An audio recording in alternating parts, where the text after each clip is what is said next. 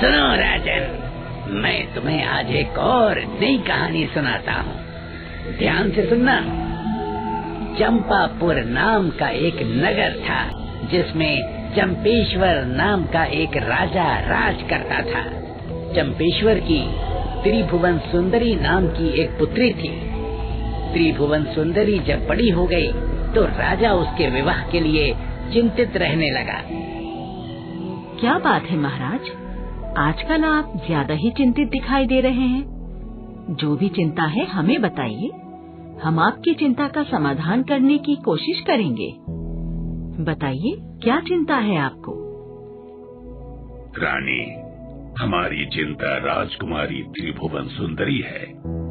उसके विवाह की चिंता हमें दिन रात खाए जा रही है। हम समझ नहीं पा रहे हैं कि उसका विवाह कैसे होगा। उसकी उम्र बढ़ती जा रही है और उसी के साथ हमारी चिंता भी। महाराज, जब संयोग होगा, भाग्य में होगा, तो उसका विवाह भी हो जाएगा। आप बेटी के विवाह की चिंता छोड़ दीजिए। अगर आप इसी तरह चिंता में डूबे रहे तो एक दिन रोगी बन जाएंगे। किंतु क्या करे महारानी, हमारी कुछ भी समझ में नहीं आ रहा। अब देखिए ना, ऐसी बात नहीं कि राजकुमारी के लिए रिश्ते न आते हों। रिश्तों की तो पूरी पंक्ति लगी रहती है, परंतु राजकुमारी को ही कोई पसंद नहीं आता। न जाने वो किससे विवाह करना चाहती है, कैसा वर चाहती है। उसे जैसा भी वर चाहिए हम खोज कर देंगे ना, बस वो हमें एक बार बता तो दे। महाराज, आप अक्सर कहा करते हैं कि समय से पहले और भाग्य से ज्यादा किसी को कुछ नहीं मिलता। बस यही मान लीजिए, राजकुमारी के भाग्य में अभी विवाह का योग नहीं है। जब योग होगा उसका विवाह अपने आप हो जाएगा। किंतु रानी, एक प्रयास हम करके देखना चाहते हैं। राजकुमारी को समझाने का प्रयास। यदि हम उसे समझा पाने में सफल नहीं हुए तो हम आपकी बात मान लेंगे, छोड़ देंगे उसे उसके भाग्य पर। आप भी समझाइए, मैं भी समझाऊंगी। उसकी पसंद नापसंद के बारे में पूछने की कोशिश कीजिए, लेकिन अभी सो जाइए, रात बहुत हो गई है। धन्यवाद रानी, आपने हमसे बात करके हमारी चिंता को बहुत हद तक दूर कर दिया है। अब हम चैन की नींद सोते हैं।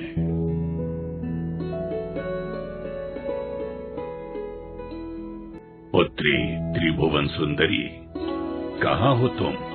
क्या कर रही हो? जी पिताजी, मैं तो यही हूँ, कुछ नहीं कर रही। पुत्री, आज मैं तुमसे एक बात पूछना चाहता हूँ।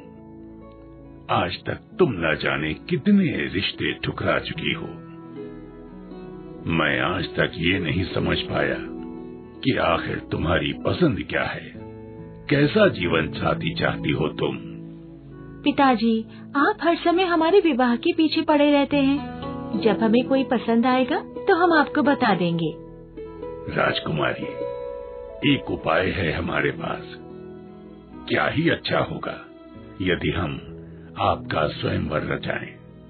हर देश के राजा और राजकुमार को स्वयंवर में बुलाएं। आपको जो पसंद आए उसके गले में वरमाला डाल दीजिए। नहीं पिताजी, स्वयंवर हमें जरा भी रास नहीं आता। हाँ, यदि आप चाहते हैं कि हमारी पसंद का लड़का हमें शीघ्र मिल जाए तो आप कुछ दिन शांत बैठ जाइए। नहीं नहीं राजकुमारी, अब हम शांत बैठने वाले नहीं हैं। आपकी आयु हो चुकी है। देखिए, कल 4 लड़के आने वाले हैं जो रूप, बल और ज्ञान में बढ़ चढ़ कर हैं। हम चाहते हैं कि कल आप उनसे मिलें। हमें विश्वास है आपको अपने लिए उनमें से कोई एक लड़का अवश्य पसंद आ जाएगा। अच्छी बात है, आने दीजिए चारों को। उनसे मिलने, उनके गुणों को जानने के बाद ही हम अपना निर्णय देंगे। धन्यवाद राजकुमारी।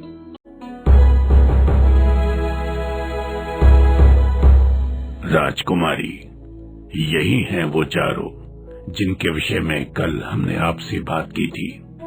अब आप इन्हें अच्छे से देख लीजिए, समझ लीजिए और अपने विवाह का निर्णय कीजिए। लेकिन ये चारों तो मुझे साधारण युवकों की भांति नजर आ रहे हैं। क्या विशेष गुण है इन चारों में? ठीक है राजकुमारी, हम पूछते हैं। आप चारों अपने अपने विशेष गुणों का वर्णन कीजिए ताकि राजकुमारी अपना निर्णय दे सके।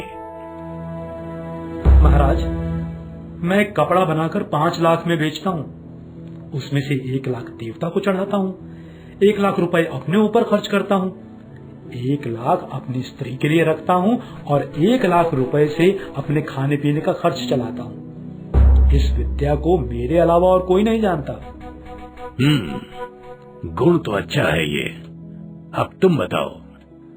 महाराज, मैं जल थल के पशुओं की भाषा जानता हूँ। कोई भी पशु हो, मैं उसकी भाषा बोल सकता हूँ, समझ सकता हूँ। यदि आप चाहें तो आजमा के देख सकते हैं। यदि मेरी बात झूठी हुई तो मैं आपकी कन्या से शादी करने का विचार इसी क्षण त्याग दूंगा। उत्तम, किंतु अभी तुम्हें परीक्षा देने की कोई आवश्यकता नहीं है। जब आवश्यकता होगी तो तुम्हारी परीक्षा भी ली जाएगी। अब तुम बताओ, तुम्हारी क्या विशेषता है? मैं अपनी कन्या का विवाह तुमसे क्यों करूं? बताता हूँ महाराज। सबसे पहले तो मैं आपका धन्यवाद करना चाहता हूँ, जो आपने मुझे अपनी बेटी का वर चुनने के योग्य समझा। यूं तो मैं वीर हूँ, बुद्धिमान हूँ, लेकिन मेरी सबसे बड़ी विशेषता है कि मैंने सारे शास्त्र पढ़े हैं। मैंने इतने शास्त्र पढ़े हैं जितने शायद किसी और ने ना पढ़े हों। शास्त्रों का इतना ज्ञान अर्जित किया है कि मेरा मुकाबला अन्य दूसरा कोई नहीं कर सकता।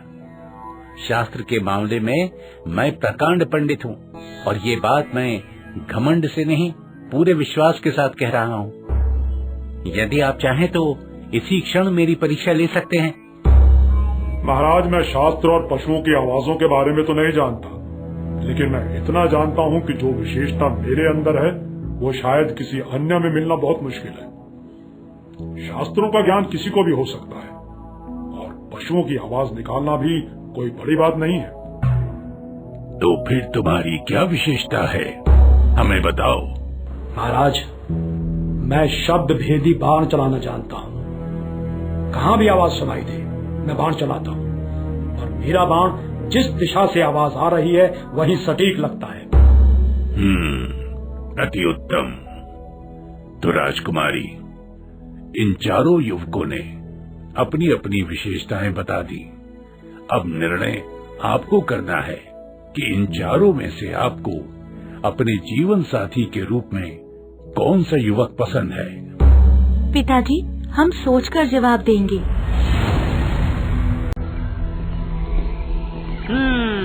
तो राजन, अब तुम मुझे बताओ कि राजकुमारी उन चारों युवकों में से किसे मिलनी चाहिए।